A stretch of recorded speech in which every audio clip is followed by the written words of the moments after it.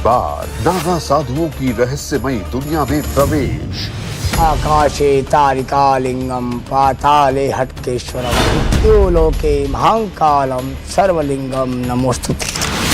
माथे पर काला टीका और पूरे शरीर पर ये भस्म है। 9 टन भभूति, 6 टन पानी, चढ़े खाक बिल्वा पाक, अलख निरंजन आप ही आप। महाकुंभ पर विशेष। ये मेरे लिए भी जीवन में पहली बार है कि एक नागा साधु से मुझे बातचीत करने का, उन्हें जानने का और नागा साधुओं की जीवन शैली समझने का अवसर मिल रहा है। ऐसा क्यों होता है कि महाकुंभ में पहला स्नान नागा साधु ही करते हैं?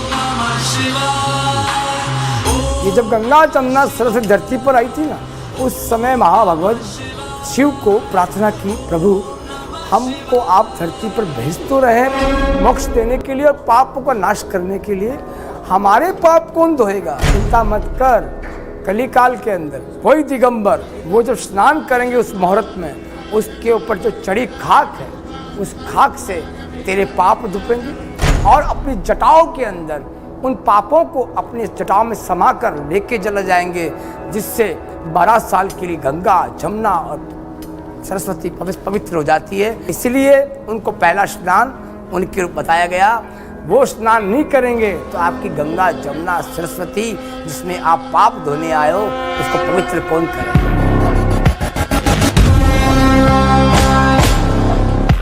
आपके हाथों में तो नागदंड में देख रही हूँ, कमंडल भी है। इसी कमंडल में आप पानी पीते हैं? हाँ जी, दंड कमंडल पूजा वित्यम साधु का श्रृंगार है, दंड और कमंडल। और ये मेरी पर्सनल पूजा है जी। मेरे कुल देवता मानो, इष्ट देवता मानो, मैं इसके साथ रखता हूँ। माता रानी है, माँ कामाख्या है, ठाकुर जी हैं, महादेव हैं। आप लेकिन जब यात्रा करते हैं, आप तो देश में कहीं भी भ्रमण करते हो। तो मैया तूने एक बहुत बड़ी मुसीबत की बात कर दी आज। जब बड़े बड़े एयरपोर्ट पे जाता हूँ तब ये छड़ी के लिए वो लोग कहते हैं बाबा जी इसको पैक कर दो, ये मेरा देवता है यार, इसको पैक कर दो, ये देवता है, इसको मैं पैक कर दूंगा तो मेरा क्या जीवन रह गया? मेरे को इसको खिलाना है, पिलाना है, उठाना है, बिठाना है, वो मेरा तत्व है, तुल्य है, वो है तो मैं हूँ ना। अब तुम उसी को कहते कि बाबा जी तुम तो पैक कर दो, मैं कैसे पैक कर दूंगा? ये विवाद होता है हमेशा मेरे साथ।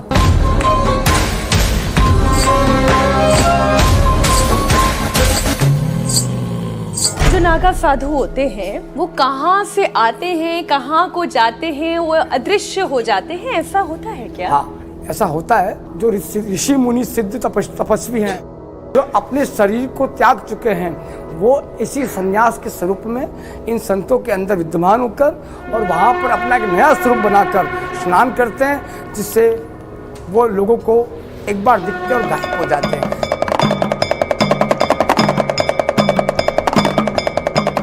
वो दिगंबर बाद में वस्त्र पहन लेते हैं, क्योंकि हमारी माँ शक्ति, जिसको मैंने पहले बात महाशक्ति भगवती आदि शक्ति स्वरूपा है, जिसके हम उसके तत्व से निकले हैं, तो हमारी माँ को हम दिगंबर बन के दिखाएं तो अनुचित है। इसलिए हम कुंभ के लिए ही हमारा दिगंबर स्वरूप है। उसके बाद हम धरातल पे आते हैं या मनुष्य योनि में जाते हैं या किसी घर पे जाना है, आश्रम से बाहर निकलना है, तो हम लोग वस्त्र को ऊपर डालेंगे। ये महाकुंभ इतना पुण्य, इतना पावन क्यों है, कैसे है? कुंभ एक अमृत का घड़ा है जो सतयुग में मंथन के द्वारा, सागर मंथन के द्वारा जो रत्न निकले थे, उसमें एक 14 रत्न, उसमें सबसे बड़ा रत्न माना गया। जहाँ जिस धरती के ऊपर जिन जिन जगहों पे वो अमृत गिरा, जब देवताओं और राक्षसों का विवाद हो गया उस अमृत के घड़े के लिए, जब दोनों जने राक्षस और देवता जब लेके उसको निकले, तो एक राहु नाम का जो हम ग्रह कहते हैं, राहु और केतु, वो आज ग्रहों के अंदर प्राकट्य हुआ, वो उसी समय हुआ। उसके बार बार पकड़ने के कारण भगवान विष्णु को बूंदे गिर गई। जहाँ जहाँ बूंदे गिरी वहाँ आज वो कुंभ होता है। यहाँ पे तो हमारी चर्चा हो गई, लेकिन असली चर्चा के लिए तो महाराज जी स्टूडियो चलना होगा, वहाँ पर विशाल चर्चा होगी।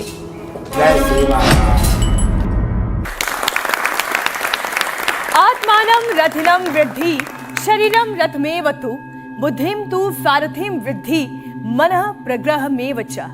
कठोपनिषद के अध्याय 1 वली 3 का मंत्र 3। जिसमें नचिकेता और यम देवता के बीच जब आत्मा और शरीर के संबंध को कहा गया, इस जीवात्मा को तुम रथ का स्वामी समझो, ये शरीर रथ, बुद्धि सारथी और मन को लगाम समझो। लेकिन ये होता कैसे है कि देह देवालय बन जाता है?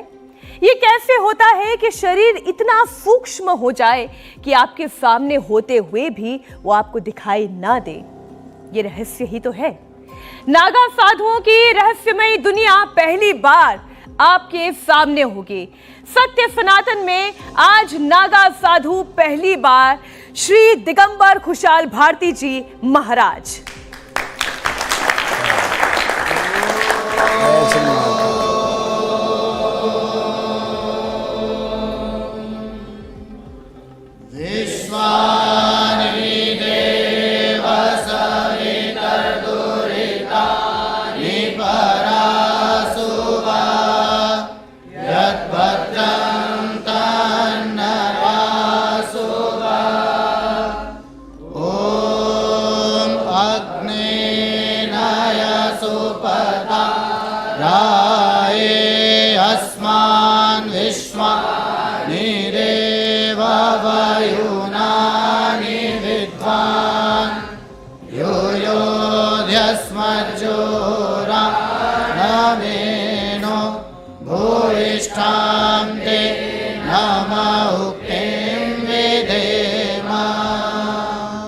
आज आप हमारे बीच में हैं महाराज जी।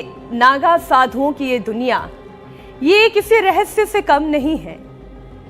आपकी वेशभूषा, आपका साधु जीवन, आपकी दिनचर्या, ये वाकई में आम व्यक्ति के लिए, समाज के लिए एक रहस्य ही है।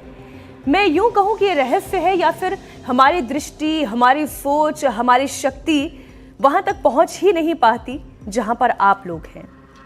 आकाशे तारिकालिंगम पाताले हटकेश्वरम मृत्युलोके महाकालम सर्वलिंगम नमोस्तुते। हम हैं, आज भी हैं, हर जगह विद्यमान है।